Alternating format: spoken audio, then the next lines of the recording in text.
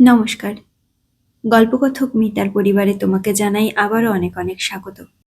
সুচিত্রা ভট্টাচার্যের প্রেমী যারা রয়েছ, তারা নিয়মিত সুচিত্রা ভট্টাচার্যের গল্প পাবার জন্যে আমার চ্যানেলটি সাবস্ক্রাইব করতে পারো। তো চলো শুরু করা যাক আজকের গল্প, কোনো একদিন। কদিন ধরেই ভাঙো ভাঙো অবস্থায় ছিল। স্নান সেরে এসে পড়তে গিয়ে মুট করে খসে গেল ডান দিকের ডাঁটিটা। কাল সন্ধেবেলা একবার চশমাটা সারিয়ে নেবার কথা ভেবেছিল অনিরুদ্ধ। এক হাতে ভাঙা ডাঁটি, অন্য হাতে বাকি অংশটা ধরে হতভম্বের মতো দাঁড়িয়ে পড়ল সে। 10 মিনিটের মধ্যে বেরিয়ে বাস না ধরতে পারলে কিছুতেই 11টার আগে ডালহৌসি পৌঁছানো যাবে না। এদিকে চশমা ছাড়া সে একরকম অচলই। সাধারণত যাদের চোখের অবস্থা এরকম, তারা ডুপ্লিকেট একটা করিয়ে রাখে। বহুদিন ধরেই আর একটা নতুন করিয়ে নেবার কথা ভাবছে অনিরুদ্ধ।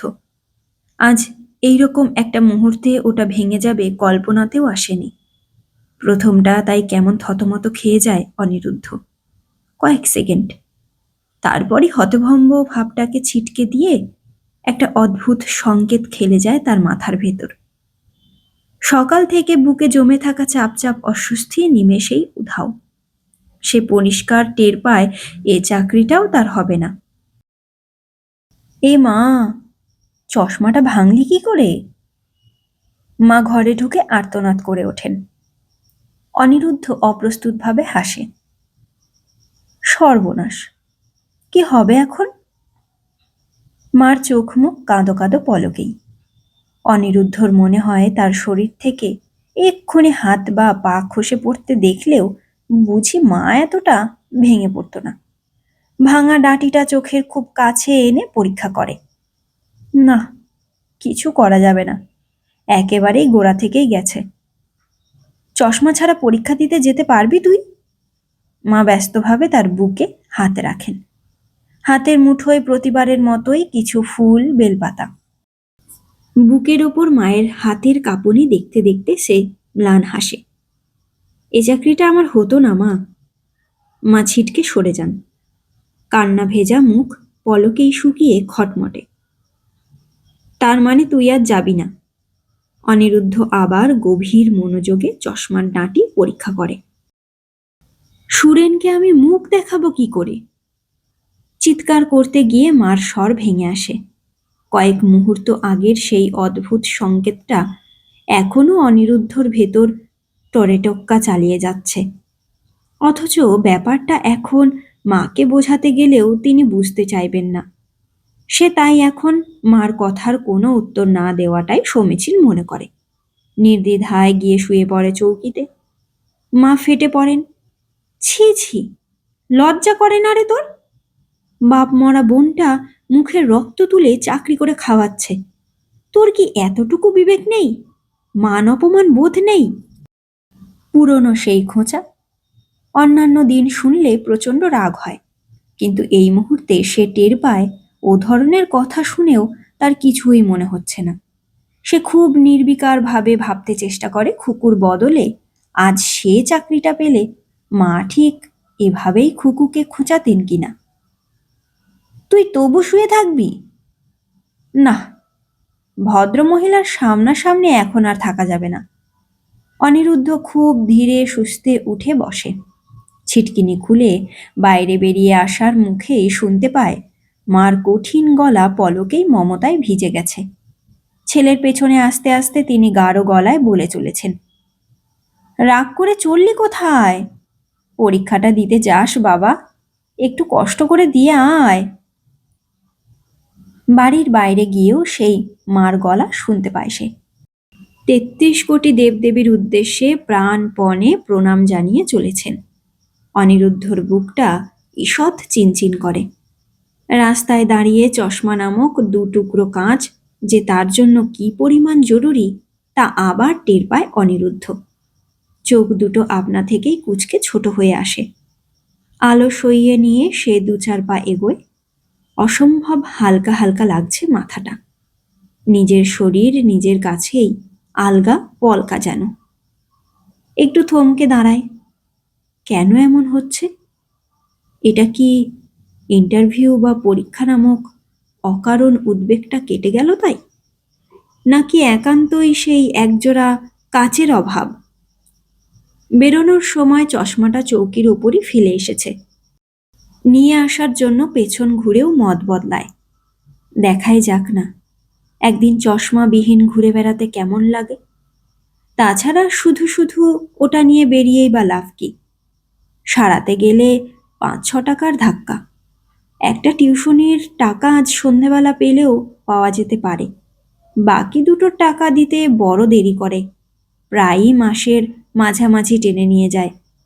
অবশ্য তেমন হলে খুকু বা মার কাছে চাইলে পাওয়া যায়, কিন্তু পারতপক্ষে বোন বা মার কাছে হাত পাততে ইচ্ছে হয় না। এই অস্বস্তিটা বছর কয়েক আগেও ছিল না, আজকাল হয়। এমনকি রূপার কাছেও ইদানিং সে মুখ ফুটে কিছু চাইতে পারে না। গলির মুখে এসে দাঁড়িয়ে পড়ে সে। মোড়টা ঘুরলেই রূপাদের বাড়ি। সেদিকে না ঘুরে অন্যদিকে হাঁটা শুরু করে।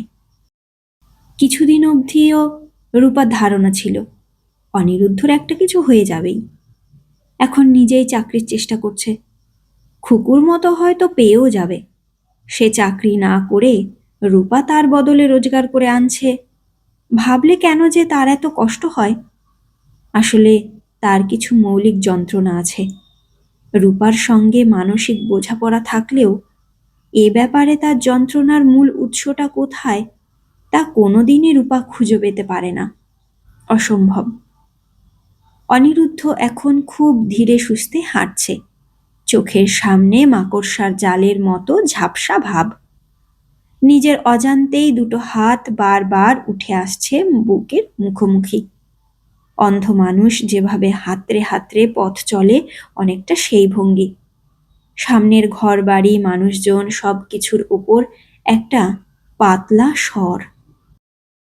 সে লক্ষ্য করে হাঁটার সময় তার পা দুটো অনেকটা উঁচু হয়ে উঠে তারপর পড়ছে রাস্তার ওপর, চাঁদের ওপর মানুষের পা ফেলে হাঁটার মতন। নিচের বাঁধানো ফুটপাতের দিকে চকিতেই একবার চোখ রেখেই আকাশের দিকে মুখ তোলে। রাস্তা নিচে নেমে গেছে, না সে নিজেই লম্বাটে হয়ে গেছে বুঝে উঠতে পারে না। আকাশও অন্য দিনের চেয়ে আজ অনেক বেশি উঁচুতে। শরতের ছেঁড়া ছেঁড়া মেঘগুলো বড় থ্যাবড়া পাঁশুটে। দুহাতে চোখের কোলে জমাট কিছু ঘন জলবিন্দু মুছে নেয়। একটা সিগারেট খাওয়া দরকার। চটপট পকেটের অবস্থাটা হিসেব করে ফেলে। 4টে সিগারেট দে তো। ছোট মোটা কাচের বয়ামে কালো লাল লজেন্স সাজাতে ব্যস্ত। আর চোখে অনিরুদ্ধকে একবার দেখে নিয়েই হাঁক মারে, এই বাবু কি চাইছে দেখ। ছোট তাকে চিনতে পারেনি, নইলে এতক্ষণে বকবকানি আরম্ভ হয়ে যেত। সে লক্ষ্য করে ছোটু খালি প্যাকেটে সিগারেট ভরতে ভরতে হাঁ করে দেখছে তাকে, যেন খুব চেনা চেনা, চিনতে পারছে না। হঠাৎ ব্যাপারটা ভারী মজার লাগে অনিরুদ্ধর। একটু আগের ঘুম ধরা মেজাজ নিমেষেই উধাও। চশমা ছাড়া এরা কেউই তাকে দেখেনি বা দেখে না। ছোটবেলা থেকে চশমা পরে তার মুখের আদলটাই এক ধরনের হয়ে গেছে। এখন অন্যরকম লাগতেই পারে। এই ব্যাপারটা মানে চশমা ছাড়া তাকে কেমন লাগে, আদৌ চেনা যায় কিনা, এ ধরনের মজার ভাবনা একটু আগেও তার মাথায় আসেনি। আর একটু নিশ্চিন্ত হবার জন্য সে গলা খাঁকারি দেয়, এই ছোটু, একটা লজেন্স দে তো। ছোটু মুখ তুলে কিছুক্ষণ অবাক চোখে তাকিয়ে থাকে, তারপর বোকা বোকা মুখে বলে, আরে অনিদা না, তোমার চশমা কোথায় গেল? দুগাল ছড়িয়ে হাসে অনিরুদ্ধ। খুব চমকেছিস। সত্যি অনিদা, চশমা ছাড়া একদম তোমায় চেনা যায় না, কেউ চিনতেই পারবে না। অনিরুদ্ধর চোখ জল জল করে ওঠে। একদম চিনতে পারবে না? অন্য কেউ ভাববে?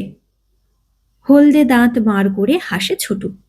কিছুক্ষণ ভালোভাবে দেখলে অবশ্য চেনা যাবে, হঠাৎ করে চেনাই যায় না। কৌতুকটা খুব মনে ধরে অনিরুদ্ধর। ফুর্তি ফুর্তি মেজাজে সে অনেকটা দূর হেঁটে চলে যায়। রূপা আজ ৩টের সময় মেট্রোর সামনে আসবে। গত মাস থেকে মোটা টাকার টিউশনি পেয়েছে, কাল মাইনেও হয়ে গেছে। সেই খাতিরে আজ তাকে এসপ্ল্যানেডে খাওয়াবে। বেদম হাসি পায় অনিরুদ্ধর। রূপা যদি আজ তাকে চিনতে না পারে, অন্য কেউ ভাবে, দারুণ হবে।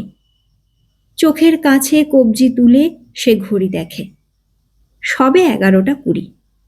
এতটা সময় কি করা যায়? কোনো বন্ধু বান্ধবের কাছে যাবে? নীলুর অফিসে গিয়ে 3টে অবধি কাটিয়ে দেওয়া যায়। সরকারি অফিস, আড্ডা দেওয়ার অসুবিধে নেই। প্রথমে দেখা যাক নীলু তাকে চিনতে পারে কিনা। এগোতে গিয়ে পিঠের ওপর আলগা থাপ্পড়। কিরে বাচ্চু, এ পাড়ায় এসে ঘুরে বেড়াচ্ছিস? অফিস নেই? অনিরুদ্ধর সমবয়সী একজন। একেবারে মুখোমুখি দাঁড়ানোর জন্য ছেলেটার মুখ ভালোভাবে দেখতে একটু অসুবিধে হয় না। না, কোশমিন কালেও তো দেখেনি। চকিতেই মনস্থির করে নেয়। তারপর অনায়াসে ছেলেটার কাঁধে হাত রাখে। কেমন আছিস বল? ভালোই। তোর খবর কি? অনেকদিন আড্ডায় আসছিস না।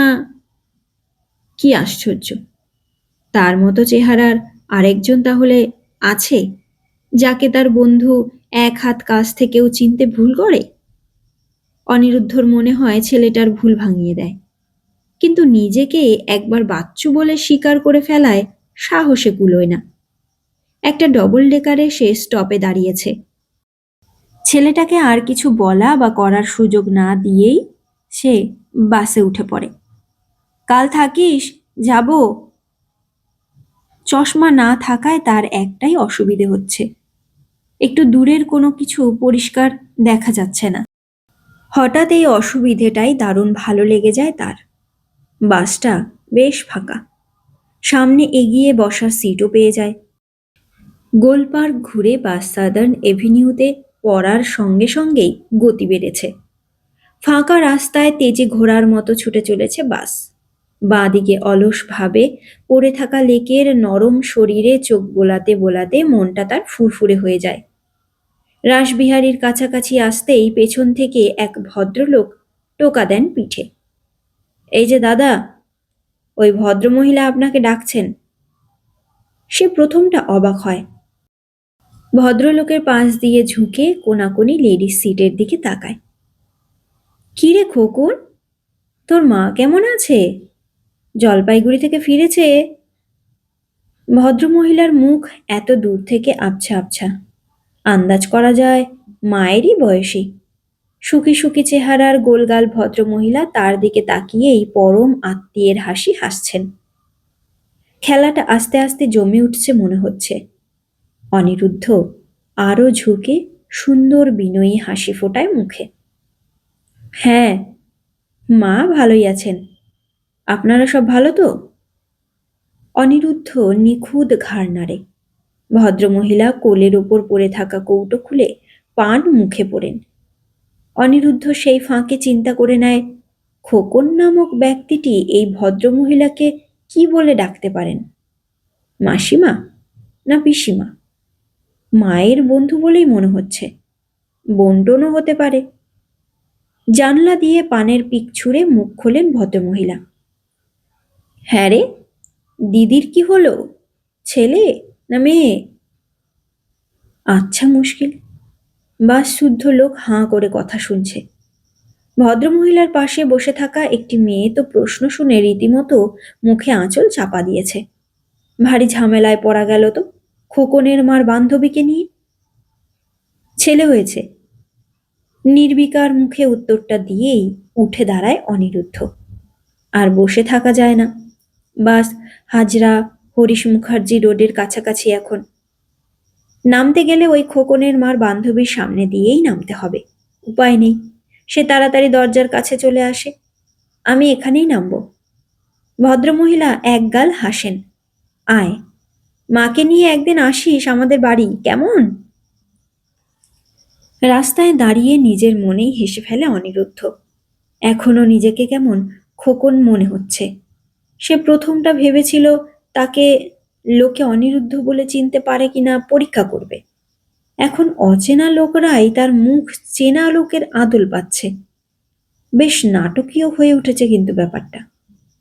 হাজরা বাস স্টপে একজন ভীষণ গোমড়ামুখ লোক বারবার নাক মুখ কুঁচকে নিজের প্রয়োজনীয় বাসটা আসছে কিনা দেখছেন। হঠাৎ ভদ্রলোকের সঙ্গে মজার খেলাটা খেলার ইচ্ছে জাগে অনিরুদ্ধ। তার মতো দেখতে বাচ্চু বা খোকন যদি থাকতে পারে এই শহরেই, তবে ওই ভদ্রলোকের মতো আরেকজন থাকবে না কেন? সে ভদ্রলোকের গা ঘেঁষে দাঁড়ায়। আরে, পঞ্চুদা না? কেমন আছেন? আপনি ভুল করছেন, আমি আপনার পঞ্চুদা নই। যা, হতেই পারে না, ঠাট্টা করছেন। নিজের রসিকতায় এবার নিজেই মুগ্ধ অনিরুদ্ধ। আমায় চিনতে পারছেন না? আমি মন্টু। গোড়ালি উঁচু করে বাস আসছে কিনা দেখছেন ভদ্রলোক। না মশাই, বলছি তো, আমি পঞ্চু ফঞ্চু নই। ভদ্রলোকের কোথাও যাওয়ার বিশাল তাড়া আছে বোঝা যাচ্ছে।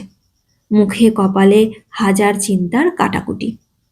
1,00,000 সমস্যায় ডুবুডুবু ছা পোষা মধ্যবিত্ত মানুষের চেহারা। না, ঠিক জমবে না। ভদ্রলোকের ওপর অনিরুদ্ধের করুণা হয়। তার মতো করে খেলাটার রস গ্রহণের ক্ষমতা নেই মানুষটার। নইলে কিছুক্ষণের জন্য হলেও নিজেকে হালকা করতে পারতেন। 1:12 ধর্মতলার মোড়ে পৌঁছে যায় অনিরুদ্ধ। এখনো ঘন্টা 2 কাটাতে হবে। চশমা ছাড়া হাঁটাচলা করতে এখন আর তেমন অসুবিধে হচ্ছে না, বরং ভালোই লাগছে। নতুন নতুন মনে হচ্ছে সবকিছু, নিজেকেও। আবছা আস্তরণ ভেদ করে দেখার দরুন কলকাতার এই মধ্যমণি অঞ্চলটি আজ তার কেমন মায়াময় লাগে। মেট্রোর ফুটপাত ধরে মানুষের ভিড় সাঁতরে হেঁটে বেড়াতে দারুণ রোমাঞ্চ জাগে তার মনে। একটু দূরের যা কিছু সব যেন ফিনফিনে মসলিনে ঢাকা। শুধু একদম কাছাকাছি 2-1 হাতের মধ্যে অস্পষ্টতা নেই। জনসমুদ্রে নিজেকে একটা ছোট দ্বীপ মনে হয় তার। নিজেকে এবং নিজের কাছাকাছি পরিমণ্ডলকে ঘিরে কেমন একটা আত্মীয় পরিবেশ রচনার অনুভূতি। সে এই পরিবেশেই বুঁদ হয়ে যেতে চায়। হাঁটতে হাঁটতে নিউ মার্কেটের দিকে এগিয়ে চলে। সুবেশা সুগন্ধি তরুণীরা ঝলক আলোর মতো তার খুব কাছাকাছি এসেই অস্পষ্ট হয়ে যায়। একটা বড়সড় দোকানের সামনে সে খুব কাছ থেকে শোকেসে ঝোলানো দামি পোশাকগুলো খুঁটিয়ে খুঁটিয়ে দেখে। দেখতে দেখতে রূপার জন্য, খুকুর জন্য, এমনকি মায়ের জন্য খুব দামি শাড়ি আলাদা আলাদাভাবে পছন্দ করে ফেলে। নাকের কাছে সেই সময় আচমকাই টাটকা গোলাপের গন্ধ। অনিরুদ্ধ সচেতন হয়, বুঝতে পারে এইমাত্র তার পাশে একটি মেয়ে এসে দাঁড়ালো। খুব ইচ্ছে হয় ঘাড় ঘুরিয়ে দেখার। কতদিন যে টাটকা গোলাপের গন্ধ পায়নি। ঠিক এই রকম সময় তাকে হতবাক করে দিয়ে মেয়েটির ভোরের সানাইয়ের মতো মিষ্টি গলার আওয়াজ ভারী সুন্দর ছন্দে বেজে ওঠে। পার্থদা না? অনিরুদ্ধর বুক ঢিপ ঢিপ করতে থাকে। গলা শুকিয়ে খরার ক্ষেত। মেয়েটা কি তাকেই ডাকলো? কই, আশেপাশে আর কেউ তো নেই। পার্থদা না? মেয়েটি আবার জিজ্ঞাসা করায় অনিরুদ্ধ ভালোভাবে চারধার দেখে নেয়। না, তাকেই বলছে। কত আশ্চর্যই না আছে পৃথিবীতে। বাচ্চু বা খোকন ছাড়াও সে এখন এই মেয়েটির পার্থদা হয়ে যেতে পারে। সারা শরীরে কেমন একটা চোরা কাঁপুনি। সে ঘুরে মেয়েটির মুখোমুখি দাঁড়ায়। পরনে হালকা রঙের চুড়িদার কামিজ, গাঢ় মেঘ রং ওড়না ভারী সুন্দর ভঙ্গিতে বুকের ওপর ছড়ানো। চকচকে কালো দুটি বেনি দুপাশ ছুঁয়ে হাঁটু পর্যন্ত নেমে গেছে। গায়ের রং নরম মাখনের সঙ্গে হালকা লাল মিশিয়ে দিলে যেমনটা হয়, ঠিক তেমনি। চোখাচোখি হতেই মেয়েটি দু গালে গভীর টোল ফেলে, আমি রিমঝিম, সেই যে মল্লিকপুরে পিকনিকে গিয়ে আলাপ হয়েছিল। বাবা, কতক্ষণ ধরে ডাকছি। যেন চিনতেই পারছো না। রিমঝিম, কি মিষ্টি নাম! ঝর্ণার মতো, বৃষ্টির ধারার মতো, একবার শুনলেই যেন ঝিরঝিরিয়ে বয়ে চলে মনের ভেতর। তাই তো, আরে একদম লক্ষ্যই করিনি। হঠাৎ নিজেকে ভুলে, নিজের স্বভাব ভুলে অন্য মানুষের মতো, হয়তোবা রিমঝিমের পার্থদার মতোই হৈ হৈ করে ওঠে অনিরুদ্ধ। মেয়েদের দোকানের সামনে দাঁড়িয়ে কি দেখছো হাঁ করে? রিমঝিম আরো কাছে সরে আসে। আহ, কি ঠান্ডা, স্নিগ্ধ রূপ, কি কোমল মসৃণতা উজ্জ্বল মুখে, শাঁখের মতো গলার খাঁজে। রূপা কিংবা খুকুদের ত্বক কেন এমন হয় না? কি দেখছো? তোমাকে। তুমি কত সুন্দর হয়েছ। নিজের মুখ থেকে বেরিয়ে আসা অচেনা শব্দগুলো নিজের কানেই মধুর হয়ে বাজে অনিরুদ্ধর। তুমি কিন্তু আগের চেয়েও রোগা হয়ে গেছো পার্থদা। আমি তো প্রথমটা ভাবছিলাম অন্য কেউ বুঝি। অনিরুদ্ধ মনে মনে ছটফট করে ওঠে। না, না রিমঝিম, আমি অন্য কেউ নই, আমি তোমার পার্থদাই। কই, বললে না কার জন্য শাড়ি পছন্দ করছিলে? বিশেষ কারোর জন্য বুঝি? নিখুঁত অভিনেতার মতো কাঁধ ঝাঁকায় অনিরুদ্ধ। তেমন বিশেষ কেউ আর এলো কই। ইস, কি দুঃখ রে! রিমঝিম পাতলা ঠোঁট দুটো মেলে দেয়। কি সুন্দর নরম হালকা গোলাপি ঠোঁট। ও কি কোনো রং লাগিয়েছে, না সত্যি ও দুটো গোলাপ পাপড়ি? অনিরুদ্ধর ভারী ইচ্ছে হয় ছুঁয়ে দেখার। রিমঝিম আলতো করে ধাক্কা দেয়। থাক, চলো, আর শাড়ি দেখতে হবে না। আমার টুকটাক কিছু শপিং আছে, যাবে সঙ্গে? চলো। মেয়েটার কাঁধে আলতো হাতে রেখে খুব সুন্দর করে হাসে অনিরুদ্ধ। রূপসী নিউ মার্কেট তার নিজস্ব ঐশ্বর্য আর রং নিয়ে ঝলমল করছে। কিছু দেখে না, কাউকে দেখে না অনিরুদ্ধ। চোখ ভরে শুধু রিমঝিমকেই দেখে যায়। আলো আর রং ছড়িয়ে সরে যায় দোকানের পর দোকান। সেই সব মদির রঙের ভেতর পরীর মতো ভেসে বেড়ায় তার স্বপ্নের রাজকন্যা। ঘণ্টা দুই সময় যে কোথা দিয়ে চলে যায়। এক সময় রিমঝিম বলে, আমি এবার ফিরবো পার্থদা। বিকেলে এক বন্ধুর জন্মদিনে নেমন্তন্ন আছে, যেতে হবে। তুমি একদিন চলে এসো না আমাদের বাড়ি। খুঁজে পাবো না যে। অলৌকিক স্বপ্নের ভেতর থেকে কথা বলে অনিরুদ্ধ। রিমঝিম ঝর্ণার মতো হাসে। ফোন করো তাহলে। তাছাড়া অলোকদা তো চেনেই, অলোকদাকে নিয়েই একদিন চলে এসো। মন পাগল করা কিছু গন্ধ অনিরুদ্ধর কাছে গচ্ছিত রেখে মিনি বাসে উঠে যায় রিমঝিম। 3:12। মেট্রোর কাছাকাছি আপন মনে দাঁড়িয়ে থাকার সময় অনিরুদ্ধ লক্ষ্যই করেনি এখন রূপা একেবারে সামনাসামনি এসে দাঁড়িয়েছে। আঁচল তুলে ঘাম মোছে রূপা। কতক্ষণ এসেছ? বাবা, দুপুরবেলা বাস পাওয়ার যা ঝামেলা। অনিরুদ্ধ সামনের হোর্ডিংয়ের দিকে তাকিয়ে থাকে, তাকিয়েই থাকে। কি হলো, রাগ করেছ? আসার সময় তোমাদের বাড়িতে গিয়েছিলাম। মাসিমা বললেন চশমা ভেঙে গেছে বলে তুমি নাকি আর রাগ করে পরীক্ষাই দেবে না ঠিক করেছিলে। অনিরুদ্ধ এক ঝলক রূপাকে দেখে নিয়েই মুখ ঘুরিয়ে নেয়। কি বাচ্চা ছেলে রে, মার কাছে বকুনি খেয়ে এখনো ঠোঁট ফুলিয়ে আছে।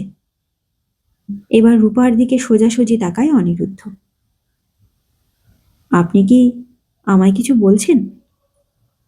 মানে? রূপার চোখ গোল গোল হয়ে ওঠে।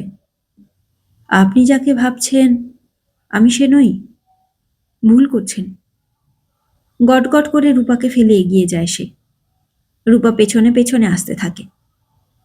এই, কি ছেলে মানুষই করছো, দাঁড়াও। অনিরুদ্ধ জোরে পা চালায়। যেও না, শোনো। এই দেখো, আসার সময় তোমার চশমা আমি সারিয়ে এনেছি, পরে নাও লক্ষ্মীটি, হোঁচট খেয়ে পড়বে যে। আরো জোরে পা চালায় অনিরুদ্ধ। রূপা নাছোড় বান্দার মতো তার চশমাটা হাতে নিয়ে পেছন পেছন আসছে, একদম ফিরে তাকায় না। এই মুহূর্তে তার অনিরুদ্ধ হওয়ার ইচ্ছে নেই। সে রিমঝিমের পার্থদা হতে চায়। নিদেন পক্ষে সে খোকন কিংবা বাচ্চু, তাও না হলে অন্য যে কেউ, অশোক, অমল, নির্মল, যে কেউ। অনিরুদ্ধ প্রাণপণে ছুটতে শুরু করে। গল্প পাঠ শেষে আমার বন্ধুদের উদ্দেশ্যে একটু ছোট্ট কথা। যারা গল্পকথক মিতার পরিবারের নিয়মিত শ্রোতা বন্ধু, তাদের উদ্দেশ্যে বলি, আমার আগের চ্যানেলটি একটু সমস্যার কারণে গল্পকথক মিতার চ্যানেলে গল্প পাঠ দেওয়া যাচ্ছে না। তো বন্ধুরা, তোমরা অবশ্যই আমার এই চ্যানেলটিতে সাবস্ক্রাইব করে আমার পাশে থেকো। আর এই চ্যানেলটিতে এখন থেকে নিয়মিত গল্প পাঠ দেওয়া হবে।